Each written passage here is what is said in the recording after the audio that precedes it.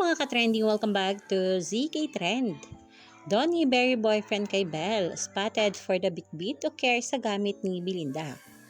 Literal na Berry boyfriend si Donato kay Belinda sa kanilang latest vacation sa UK.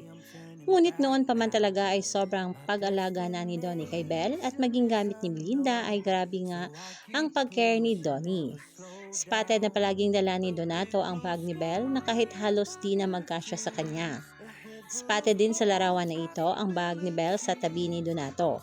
At ayon pa sa ilang bula ay talaga namang may entry ang Don Belle sa conjugal property. At ayon nga dito sa kanilang post sa X, he's totally giving off boyfriend energy while Belle's Goyard is just resting beside him. Cute. Don Belle. Ayon pa dito, nothing makes me happier than seeing them enjoy their well-deserved vacation. Excuse me, kaninong bag yan sa tabi mo, Donnie? Good morning naman sa akin sa The Don Bell na palaging may entry sa conjugal property.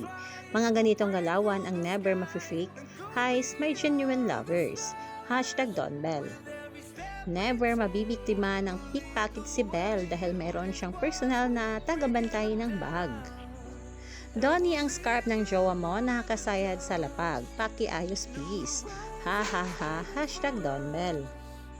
At ilan lamang yan sa mga komento nga ng mga bula sa X patungkol nga sa kung gaano ka-berry boyfriend itong ating Donnie pagdating nga kay Belinda.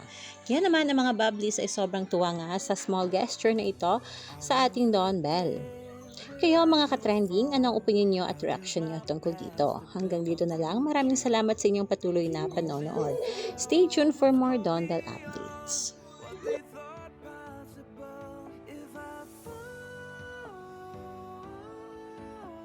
Then I'll get back up, try again, come back stronger.